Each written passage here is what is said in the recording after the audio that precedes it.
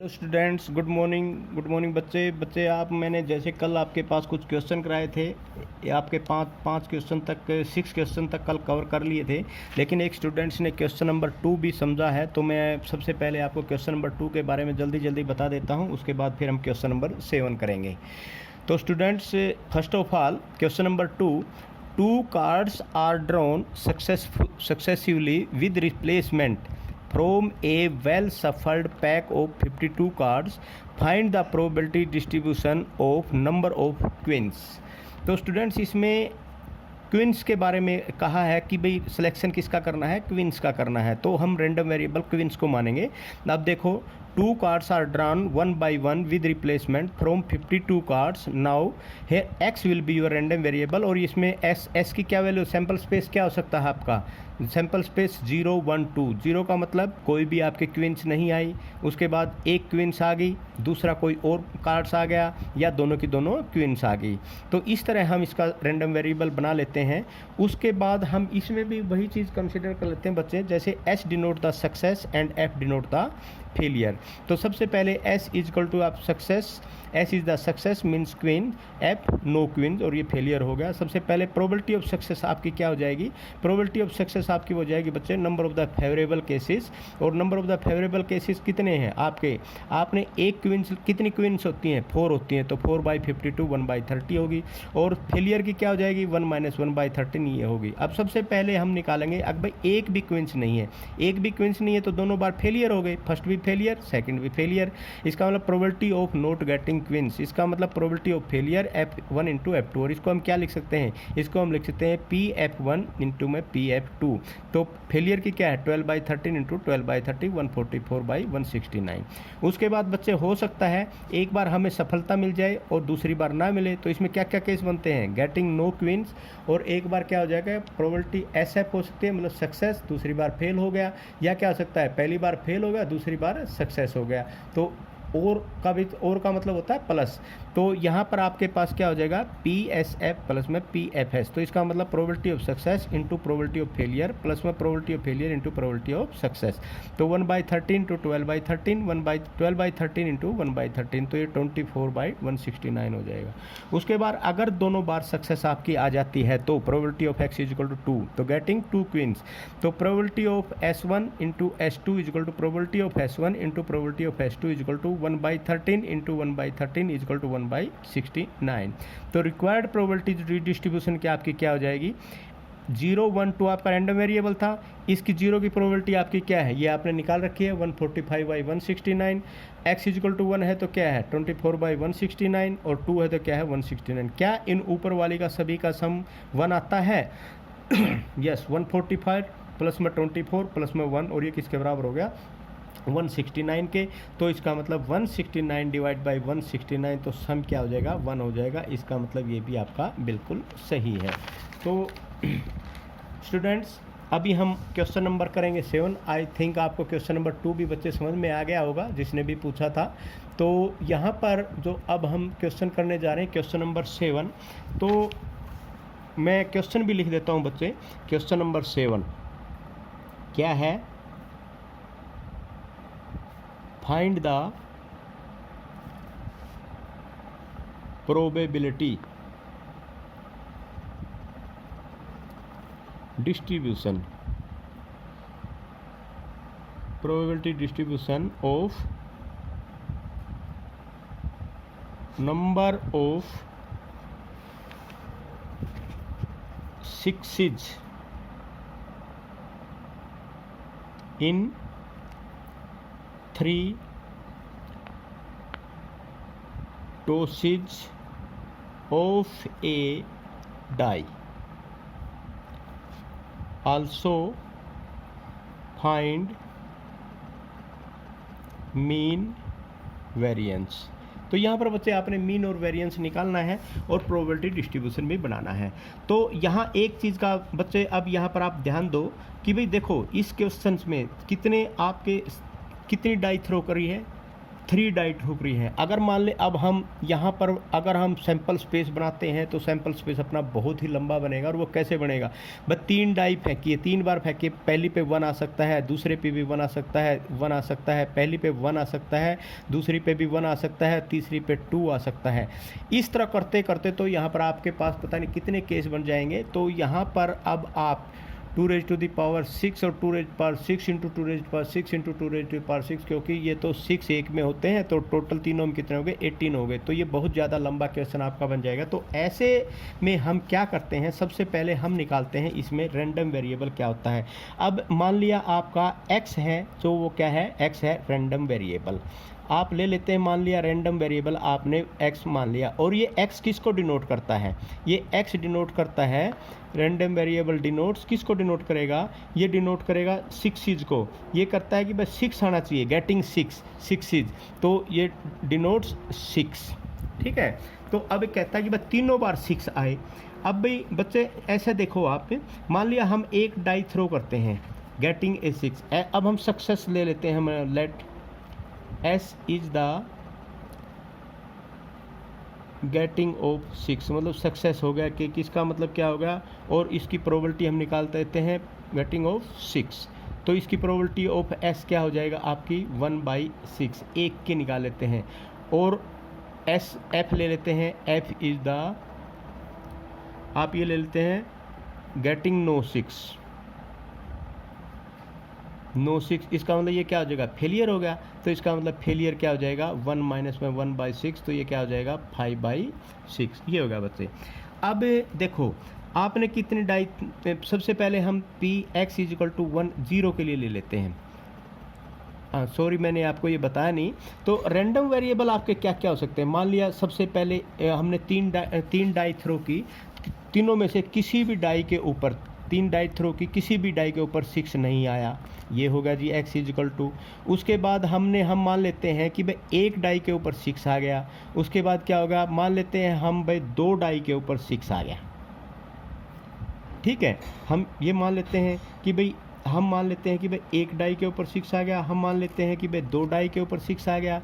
अगर हम ये भी कह सकते हैं कि भाई तीनों के तीनों डाई के ऊपर 6 आ गया, तो ये आपका रैंडम वेरिएबल हो जाएगा 0 1 2 3। तो अब आपने ये 1 बाई 1 आपने निकालने हैं। Px = 0 मतलब क्या है कि आपने Px = 0 का मतलब क्या हुआ, आपने जो डाई थ्रो की, जो डाई टॉस की, पहली बार आपने किया उसमें भी आप फेल हो गए, दूसरी बार फेंकी 2 बार, पहली डाई पे भी 0 आ गया, 6 नहीं आया कह लो, पहली डाई पे भी 6 नहीं आया, दूसरी डाई पे भी 6 नहीं आया, तीसरी डाई पे भी 6 नहीं आया, तो तीनों के तीनों फेल हो गए।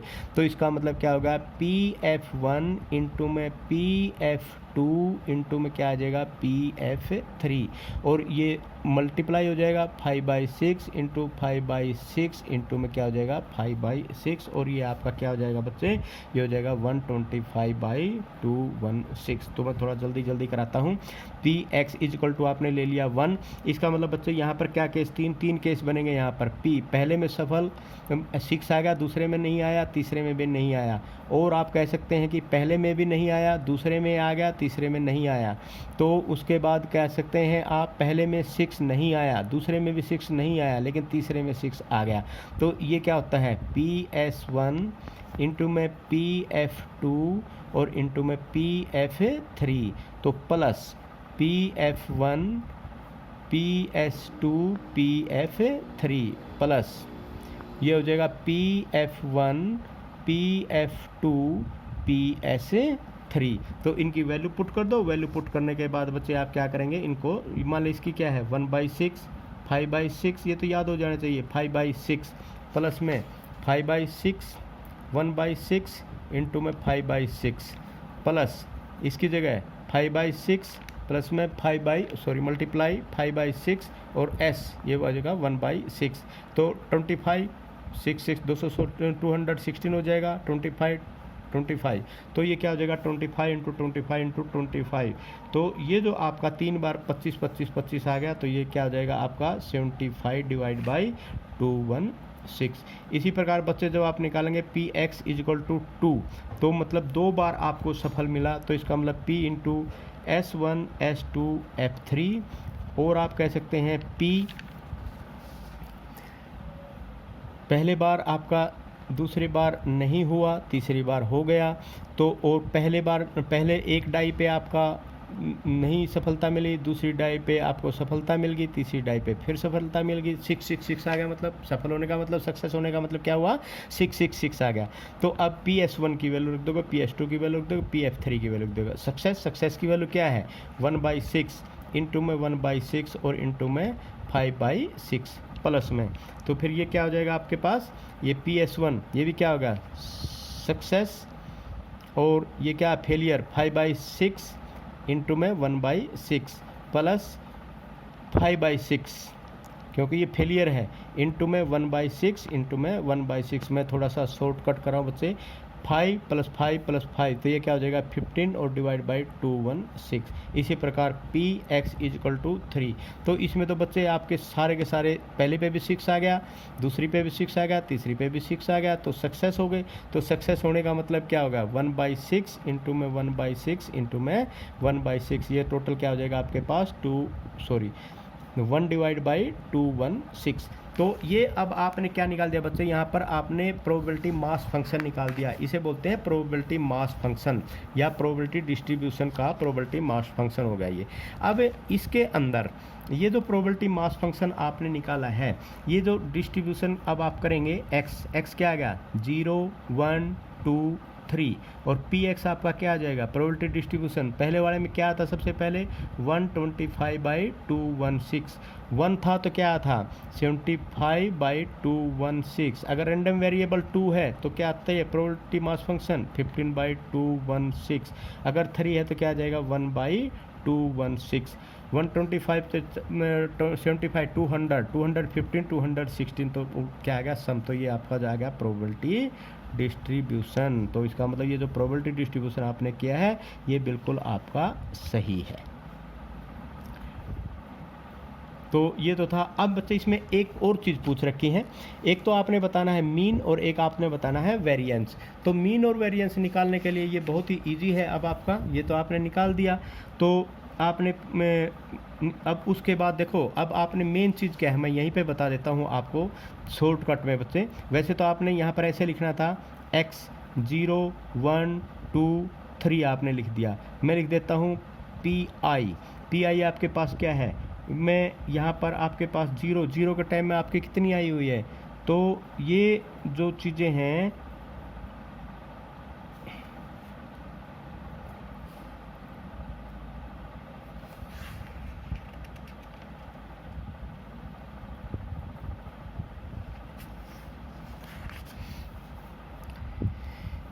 PI, तो बच्चे PI आपके पास क्या है, ये है 125/216, 75/216, सॉरी थोड़ा सा ये मैंने 15/216, और ये जो 3 है ये 3 क्या हो जाएगा आपका, ये हो जाएगा जी 1216। सबसे पहले आप क्या निकालेंगे बच्चे, आप निकालेंगे x स्क्वायर, XI का स्क्वायर। तो इसका स्क्वायर क्या होगा 1, इसका स्क्वायर क्या 0, इसका स्क्वायर क्या हो जाएगा 1, इसका क्या हो जाएगा, ये इसके लिए इसका हो जाएगा जी 4, और ये तो इसके लिए है 1, इसके लिए हो गया, और 2 क्या होगा, ये हो जाएगा 4, तो ये 4 हो गया, और इसके क्या हो जाएगा 9, ये x स्क्वायर की वैल्यू। अब हम निकालेंगे PIXI आपके पास क्या हो जाएगा, इसका और इसका मल्टीप्लाई 0, और इसका क्या हो जाएगा बच्चे 75/216।